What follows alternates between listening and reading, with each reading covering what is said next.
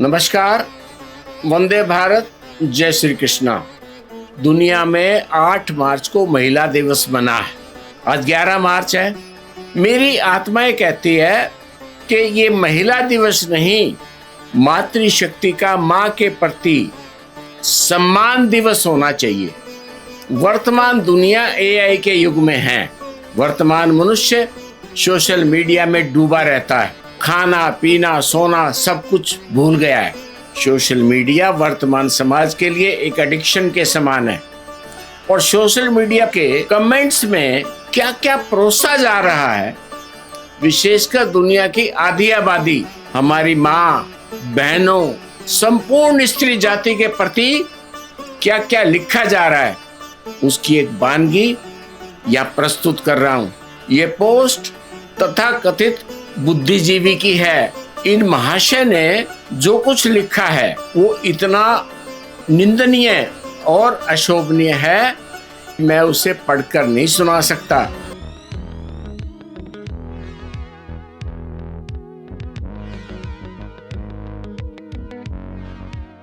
इस कंटेंट में सड़क छाप भाषा का प्रयोग, गली छाप भाषा का प्रयोग, मेरी नजरों में उनके ये कमेंट दुनिया की आधी आबादी का बलात्कार है, स्त्री जाति का बलात्कार है, मेरी सभी माँओं का बलात्कार है। हम दुनिया की सर्वश्रेष्ठ रचना मनुष्यों ने अपने जेनेटिक ऑर्गन्स को, अपने प्रजनन अंगों को रिलेशनशिप और गे लेस्बियन तक सीमित कर दिया है। हम मनुष्य इस ब्रह्मांड की सर्वश्रेष्ठ रचना है। हमने ही कंप्यूटर, एआई और सिस्टम बनाया है। एक छोटा सा प्रश्न, क्या दुनिया का कोई पुरुष या स्त्री ये बता सकता है कि वो इस द्वार से पैदा नहीं हुआ? बता सकता है कि मनुष्य की उत्पत्ति का कोई दूसरा द्वार है? हाँ, सिजेरियन अवश्य होता है। डॉक्टर सीधा ऊपर उठा लेंगे बच्चे को, लेकिन नैसर्गिक द्वार तो यही है। जो द्वार मेरे अस्तित्व का कारण है, मैं उस द्वार का नमन करता हूँ। हाँ, मैं उसकी पूजा करता हूँ। वो द्वार मुझे जन्म देने वाली मेरी माँ का है। वो जन्म देने वाली मेरी देवता है। मैं उसकी पूजा करता हूँ। एक डॉक्टर के नाते मैंने अनेक माँओं को प्रजनन प्रक्रिया में देखा है। मैंने उस द्वार को भी देखा है जहाँ से बालक बाहर आता है। और फिर मैंने अपनी माँ की छाती से लग करके किस प्रकार से स्तनपान किया होगा, किस प्रकार से मेरी पहली सांसें चली होंगी। मैं इस बात का भी अनुमान लगा सकता हूँ, जब वह 2 अणु, मेरे पिता का अणु और मेरी माँ का अणु, मेरा कितना आणविक स्वरूप होगा। 3 साल की आयु में मैं अपनी माँ को खो चुका हूँ, लेकिन उनके इस संदेश ने मेरी माँ को मेरी आंखों के सामने लाके खड़ा कर दिया। माँ के गर्भ के अंदर मेरे शरीर का अंग अंग विकसित होकर के मैं उस माँ के गर्भ द्वार से बाहर आया। हाँ, मैं अपनी उस माँ की पूजा करता हूँ, जिसके कारण मेरा अस्तित्व है, जिसके कारण आप जो मेरी बात सुन रहे हैं और मैं जो आपके सामने बात कर रहा हूँ, वो मेरी माँ है। मैं अपनी उस माँ की पूजा करता हूँ। बने रहे कोई बुद्धिजीवी, हैं वो ज्ञानी जन, उन ज्ञानी जनों के ज्ञान के कारण मैं अपनी माँ की स्मृतियों में खो गया। मैंने जब से ये वीडियो देखा है, सुना है, मेरे मन मस्तिष्क के तार केवल अपनी माँ की यादों में खोए हैं। काश आज मेरी जननी मेरे सामने होती तो मैं उसके शब्दों में ये सुन पाता कि उसने कैसे गर्भ से बाहर आने के बाद मेरा लालन पालन किया होगा, कैसे मेरी माँ ने छाती का पहला दूध लगा करके मेरे मुंह में निप्पल थमाया होगा, कैसे मेरी माँ ने मेरे मल मूत्र की सफाई की होगी, कैसे मेरी माँ खुद गीले के अंदर सो करके और मुझे सूखे में सुलाया होगा। मैं अपनी उस माँ का स्मरण करता हूँ। मैं उस अपनी माँ को नमन करता हूँ। हे माँ, तू इस ब्रह्मांड में जहाँ कहीं भी है, तेरी आत्मा जहाँ कहीं भी है, मेरा नमन स्वीकार करो। मैं उस माँ की वंदना करता हूँ। मैं उस माँ का स्मरण करता हूँ जिनकी आती जाती सांसों से ऑक्सीजन लेकर के मेरा विकास हुआ। मैं उस माँ का स्मरण करता हूँ जिसके खाने के भाग में से कुछ भोजन लेकर के मेरा विकास हुआ। मैं उस माँ का स्मरण करता हूँ जिस माँ के पहले दूध के आहार ने मेरे जीवन को ऐसी असीमित प्रतिरोधक क्षमता प्रदान की कि मैं बीमारियों से बचा रहा। वो मेरे जीवन का प्रथम आहार मेरी माँ का गाढ़ा पीला दूध कितना शक्तिशाली रहा होगा, जिसके नींव पर मेरा शरीर चलायमान है। मैं अपनी उस माँ को नमन करता हूँ। योगेश्वर श्री कृष्ण ने भगवत गीता के 14वें अध्याय के 3 श्लोक में स्वयं कहा है, मम योनिर महद ब्रह्म तस्मिन् गर्भम दधाम्यहम्।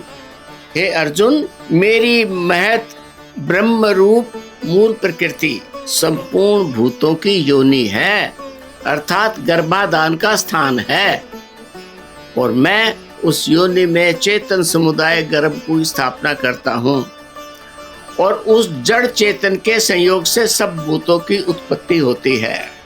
धूमें नावृते, जिस प्रकार धुएं से अग्नि और मैल से दर्पण ढका रहता है, जिस प्रकार से जेल से गर्भ ढका रहता है, जिस प्रकार से काम के द्वारा ये ज्ञान ढका रहता है, उसी प्रकार से विदेशी विचारों के प्रभाव में जीने वाले ऐसे ज्ञानी और विवेकी जनों का ज्ञान ढका हुआ है।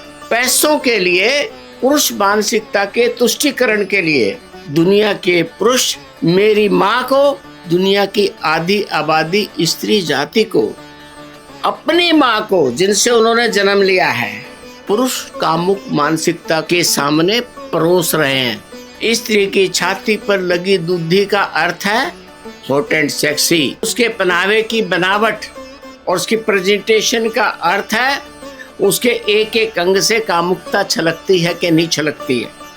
विदेशी प्रभाव में हम भारतीय बुद्धिजीवों की बुद्धिजीविता दुनिया की आधी आबादी को हॉट एंड सेक्सी बनाने पर तुली हुई है। दुनिया के मनुष्य समाज को गे, लेस्बियन और नाना प्रकार के प्रपंचों में उलझाए रखती है। माँ के प्रति सड़क छाप भाषा का प्रयोग हम मूत्र नली रखने वाले पुरुष कर रहे हैं। जब अपनी माँ का स्मरण कर रहा हूँ तब मैं मन कर्म वचन से अपने राष्ट्र के उन श्रेष्ठ ऋषिजनों का धन्यवाद ज्ञापित करना चाहता हूँ जिन्होंने हम पुरुषों की इस गली छाप पुरुष मानसिकता से बचाने के लिए हमें ये संस्कार दिया। या देवी सर्वभूतेषु शक्ति रूपेण संस्थिता नमस्तस्यै नमस्तस्यै नमस्तस्यै नमो नमः। या देवी सर्वभूतेषु बुद्धि रूपेण संस्थिता नमस्तस्यै नमस्तस्यै नमस्तस्यै नमो नमः। वह देवी जो मेरे मस्तिष्क में बुद्धि रूप में स्थित है, मैं उसको नमस्कार करता हूँ, बारंबार नमस्कार करता हूँ, नमस्कार करता हूँ, नमस्कार करता हूँ। मैं उस माँ को नमन करता हूँ जो मुझे भाषा सिखाने वाली विद्या की देवी माँ सरस्वती है। मैं उस माँ को नमन करता हूँ जो मेरे घर में सुख समृद्धि की अधिष्ठाता माँ लक्ष्मी है। मैं उस माँ को नमन करता हूँ जो मेरे परिवार का आधारभूत स्तंभ है। मेरे श्रेष्ठ ऋषि मुनियों ने क्यों भारत माता कहा, क्यों वंदे मातरम कहा, क्यों नवरात्रों के अंदर हम दुर्गा पूजा करते हैं, क्यों महाशिवरात्रि का पर्व मनाते हैं, क्यों ब्रह्मांड के सर्जन और विसर्जन के सामने नतमस्तक होते हैं।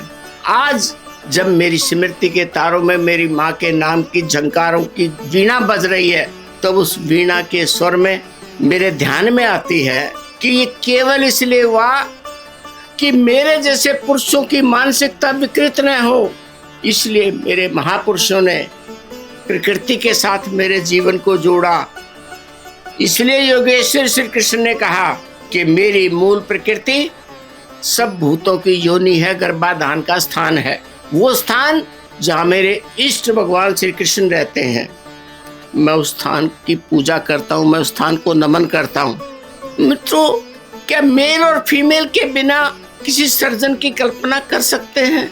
जिन्होंने भी इस ज्ञान का बखान किया है उन्हें सिर्फ इतना स्मरण करा रहा हूँ कि भले ही वो मेरे समान किसी माँ के गर्भ से बाहर आए हैं, किंतु अब किसी रोबोटिक ब्राथल को ले लें, क्योंकि संभवतः जीवंत माँओं का सम्मान उनके विचारों में जगह नहीं बना सकता, उनके मस्तिष्क के अंदर स्थान नहीं बना सकता। ऐसी विकृत मानसिकता पुरुषों की।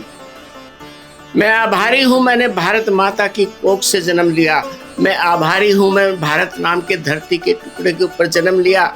मैं आभारी हूं अपने राष्ट्र का, मैं आभारी हूं अपने ऋषियों का, मैं अपने आभारी हूं योगेश्वर श्री कृष्ण का, जिन्होंने मुझे नैसर्गिक विज्ञान के साथ जोड़ा, जिन्होंने मुझे लॉ ऑफ नेचर बताया। मैं दुनिया के ऐसे भ्रमित विचारों का अंग नहीं बना। झूठी या सच्ची मैं ये कहना नहीं चाहता। मान्यताएं, आस्थाएं, रूढ़ियां और अंधविश्वास है। मैं तो जीवंत विज्ञान का साक्षी हूँ। मैं उस विज्ञान का साक्षी हूँ जो सूर्योदय को प्रणाम करता हूँ। मैं उस विज्ञान का साक्षी हूँ जो कहता है जल, वायु, पृथ्वी, अग्नि और आकाश, इन 5 महाभूतों से संपूर्ण ब्रह्मांड की रचना हुई है।